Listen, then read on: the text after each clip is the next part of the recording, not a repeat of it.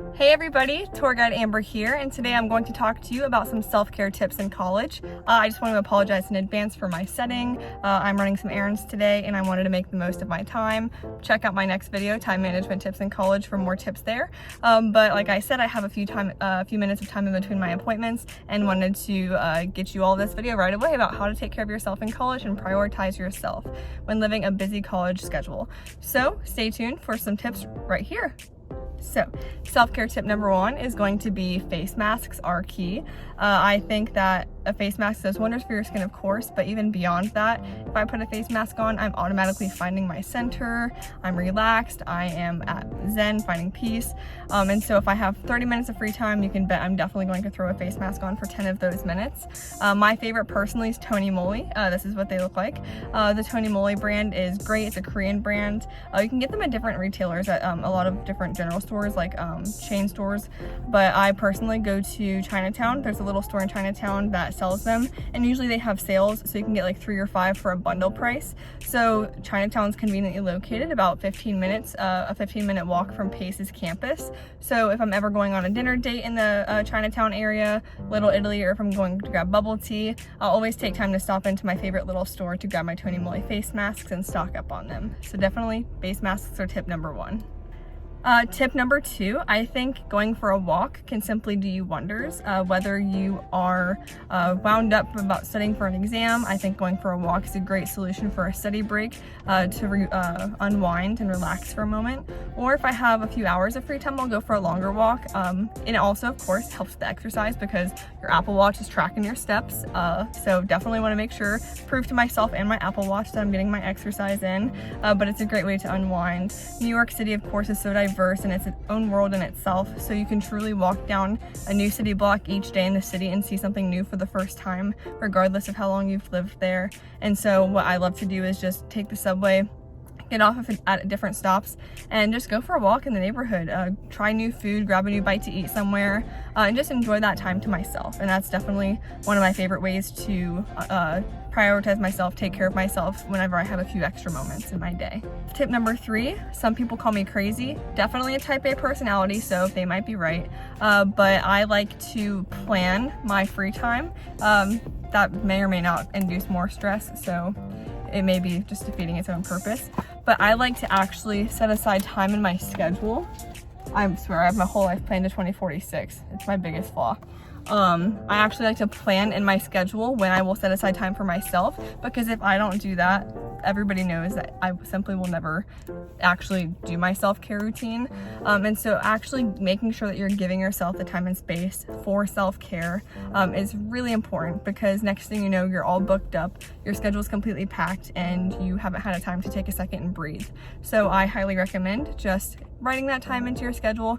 It can be as simple as me time, lunch by myself, whatever it is, however you do you, or even just setting an alarm on your phone to just remind yourself that you need that time and space for yourself.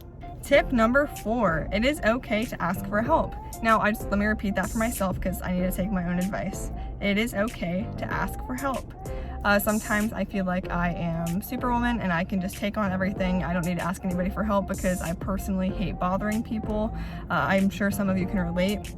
But it is okay to, at the end of the day, to sit down and say that, you know what, maybe I could do all of this by myself, but I bet you the outcome would be greater if I had a little bit of help instead of trying to take it on by myself. And sometimes the more responsible thing to do is ask for help, because if you're not investing in yourself and taking care of yourself and making sure that you're at your 100%, you can't really expect yourself to give 100% to everything else that you're doing. So just remember, it's always okay to ask for help.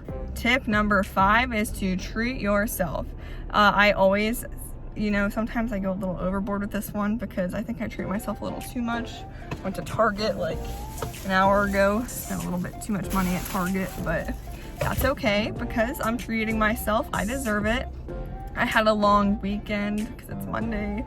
Yeah, I slept all weekend, but it's okay because you know what? I'm gonna work hard this week and I'm gonna treat myself in advance for all the hard work I'm going to do this week. If you have a job, it's okay to set a little bit of money aside to spend that paycheck on yourself, because you know what? You have to reward yourself for your successes. And that's leading into tip number, what am I at? 6? Tip number 6, celebrate your successes. Yes. So I know that oftentimes it's really, really easy to focus on the negatives. And sometimes I think back and I'm like, man, I didn't do this. Like I didn't do well on this test. I had this little obstacle that I ran into, and it's so easy to dwell on the obstacles that you encounter. And we never celebrate our successes and what's going right in our life and the rewards that we've gotten. And so I think it's important to celebrate your successes. Try and focus more on your successes than on the obstacles that you've encountered. But by focusing on your successes and not really investing as much energy on those triumphs that you've encountered, you can definitely excel, and you'll only be more positive and have more energy to keep going and to keep being even more successful. And that brings me to tip number 7, and that is don't be too hard on yourself. I know that it can get really hard sometimes to do this, and once again, I need to take my own advice because people who barely know me will even tell me that I'm my own worst critic, and they are 100% right, because I'm always telling myself that I could have done better or I should have tried harder. But as long as you try your best, you try your hardest, and you did the absolute best that you can, you really can't ask for much more from yourself.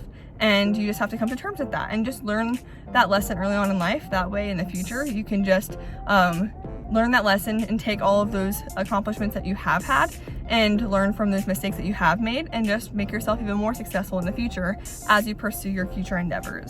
Okay, well, thank you so much for joining me today on my little to-go version of self-care in college. I hope at least one of these tips is useful to you. They certainly have helped me be successful and flourish throughout my college journey.